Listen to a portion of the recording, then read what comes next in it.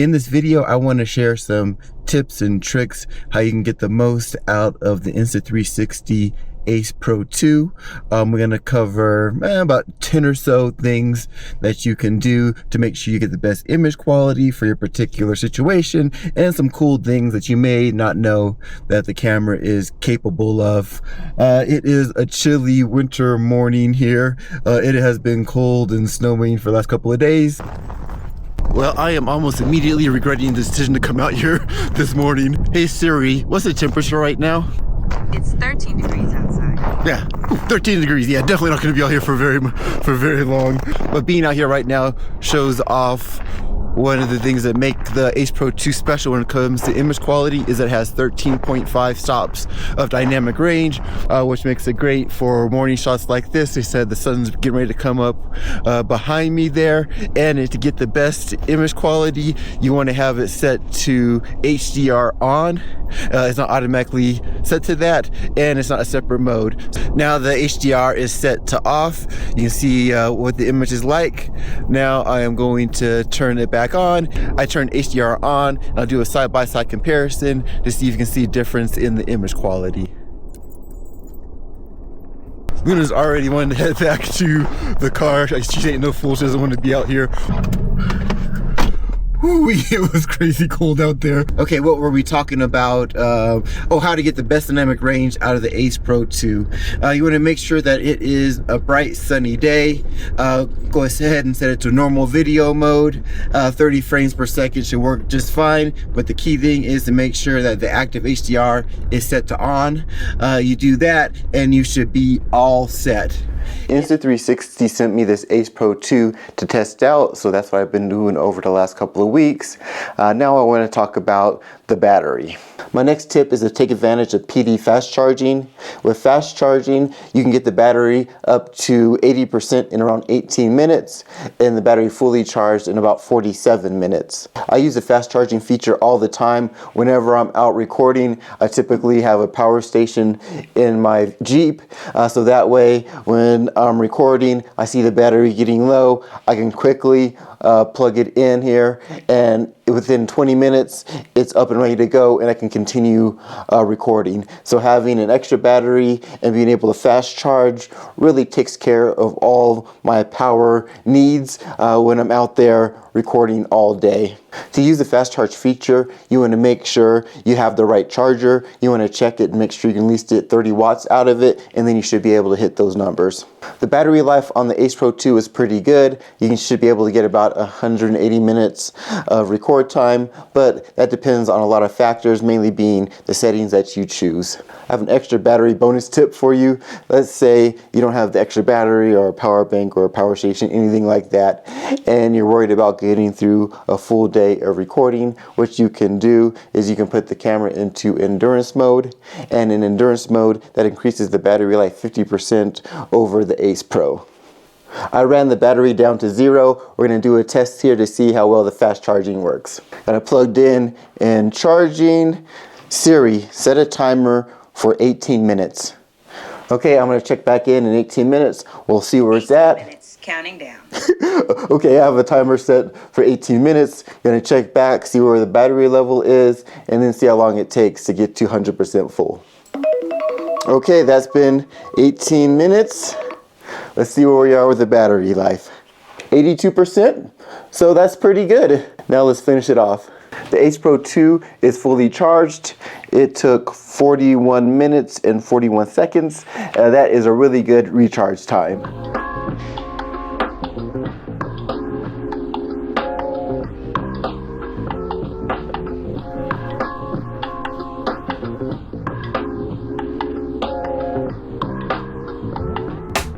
I'm on a rooftop here in Houston, Texas, and I'm expecting it to be warm, but it is freezing up here. But I could not pass up on this chance to come out here and test out the low light quality on the Insta360 Ace Pro 2. So I'm gonna walk around here. We're gonna see the lights and the night scene here and see what the Ace Pro can do. If you're recording in low light or a night scene like I am right now, the first thing you want to do is get out of normal mode and you want to use pure video mode. Pure video mode is specifically designed for low light situations like this. The reason the Ace Pro does such a good job in low light is it has two internal chips. One is a Pro image processing chip, and that reduces the noise and processes the image, and then it has another AI chip that continues processing the image and takes on other tasks. So that way it's more efficient and is giving you a better quality image. So you can be in extremely dark environments, the camera's still going to be able to capture the detail and bring it out because this has so much more horsepower than any other action camera, and then just more horsepower than even the Ace Pro. So the Ace Pro had one AI chip, Ace Pro 2 has two chips, the AI chip and the Pro imaging processing chip, which gives you just really good low light performance. So if you're trying to get the best low light performance, remember, no normal mode, go into pure video. Matter of fact, pure video even has an additional mode called Pure Video Plus, and that will come on automatically when you're recording in 4K 30 frames per second. You'll see it on the screen, comes on and provides you even more detail. So when you're in pure video, you do want to have it at 4K 30 for the best image quality, but you can go to 4K 60 if you want to get some slow-mo.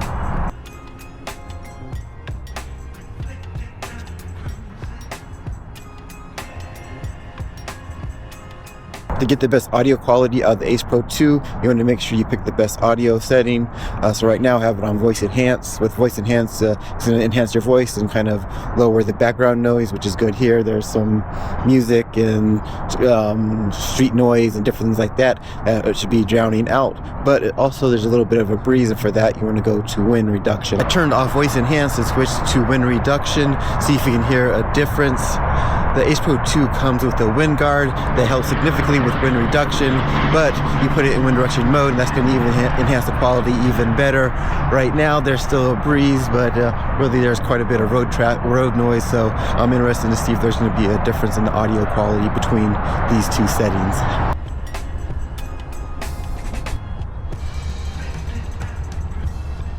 So the last audio setting is stereo, and that's going to give you the most true sound of what's happening in the environment around you.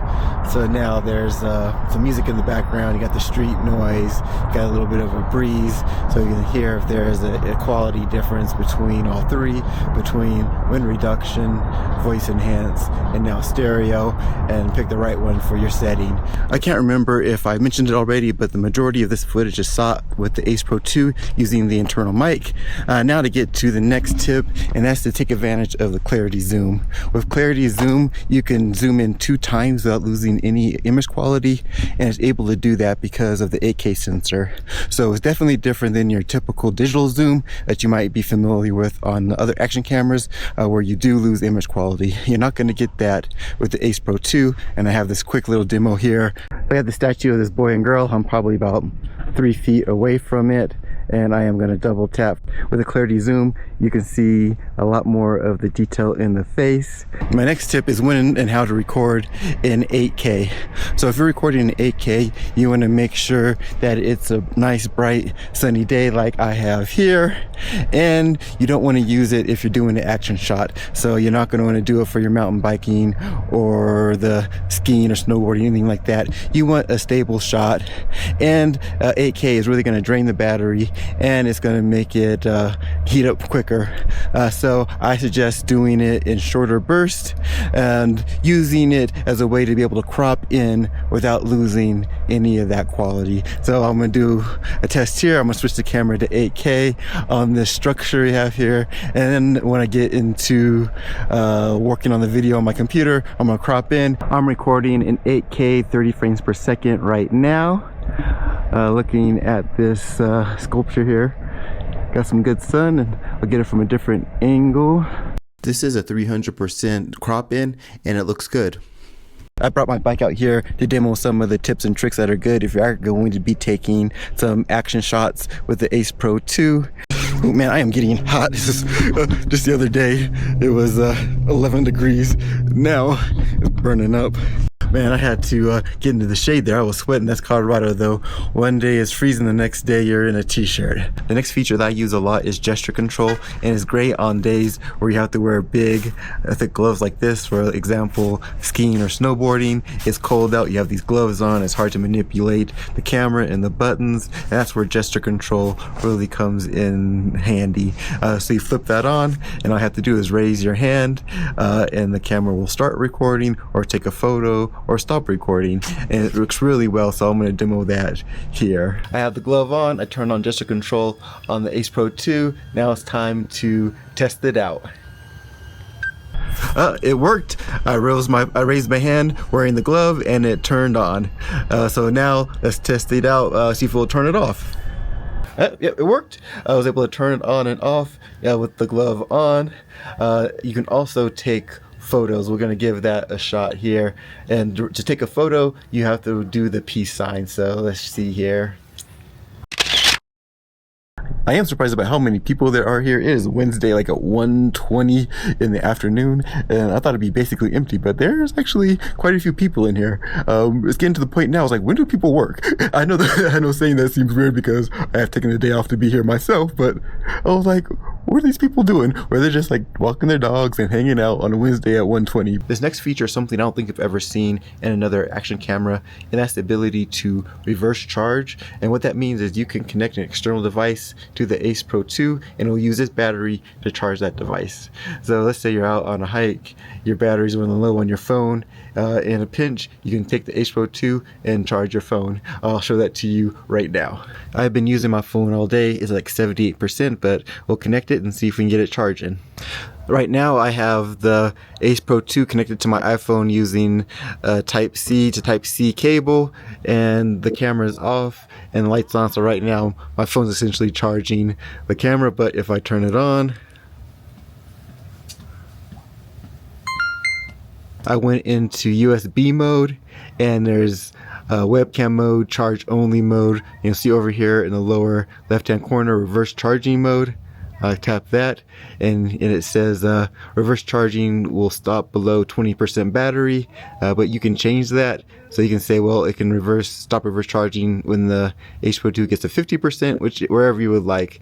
So I'm going to keep it at 20% here. It says charging started, and it is working. You can see here on my phone here, got the little lightning sign. If you haven't already purchased your Ace Pro 2, there's a product link down in the description. Hey, but even if you have purchased it and there's some accessories you're interested in, still use the link in the description. It helps support the channel. I leave the wind guard on all the time. You'd only want to take it off if you're going to be doing anything that involves the water. So if you're going to the beach, going to the pool, take the wind guard off. But besides for that, I just leave it on. That way I'm sure to get the best quality audio. Nothing's worse than you go back and check your recording and the audio is so bad because of the wind. Here's the wind guard I was talking about. To remove it, all you do is slide it over to the right. It pops right off. To put it back on, just slide right over to the left, clicks in, and you're ready to go. The next tip is that you can overlay your stats when you're riding your bike or even in the car for a lot of different activities, and that's not something that's necessarily new, but what is new is how easy it is. You don't need your Apple Watch or Garmin or anything like that. You can do it directly using your phone. Push one button, it records all that data for you, and you can easily overlay it into your footage using the app. So I'm going to show you that now. To use the overlay feature, you want to make sure the Ace Pro 2 is connected to the Insta360 app. Go over here to settings, and you'll see here GPS activity status. You tap that, and you see a dashboard, duration, distance, acceleration, and all you have to do is press start record. I got the Ace Pro 2 connected to my bike here. One thing I like to do with the flip screen is to have it like this, so that way when I'm sitting I can see the screen, which is great because if you had a traditional action camera it would be down like that, making it hard to see. Let's take it out and test out this overlay feature. Safety first. The wind is really whistling as I'm going down this hill. The wind guard is on and it's set to wind reduction, and I was shocked by how little wind noise you hear. You can actually hear my voice as I'm talking. It was really impressive. Once you're done with the ride, you go back into the Insta360 app on your phone, turn off the GPS tracking, and you're ready to overlay it into your footage. I'll show that to you now. I'm back home after that ride.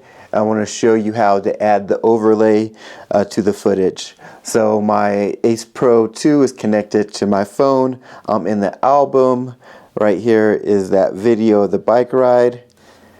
And I'll forward to where we started riding.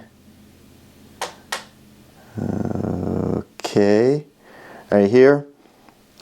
And I click the edit button here down in the center. And it's right up there for recommend, but if you scroll down to effects, you'll see stats. And it's using the GPS activity stats that are recorded inside the phone.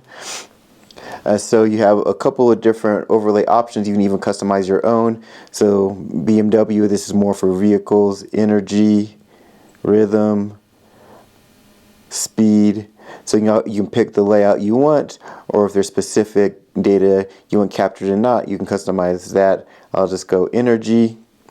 And so you see it brings up here the speed. It shows the route that I took, elevation, a lot of different information. So assuming I'm going to use that one. So here it says I was going 24 kilometers an hour. I want to pause that since I'm an American. I think I want to know that in the imperial system. Tap here. Now it's miles per hour. There you go. So I was going 17 miles an hour on this section. That's my elevation. And assuming that's what you're happy with, all you do is save the phone. Here's the finished product.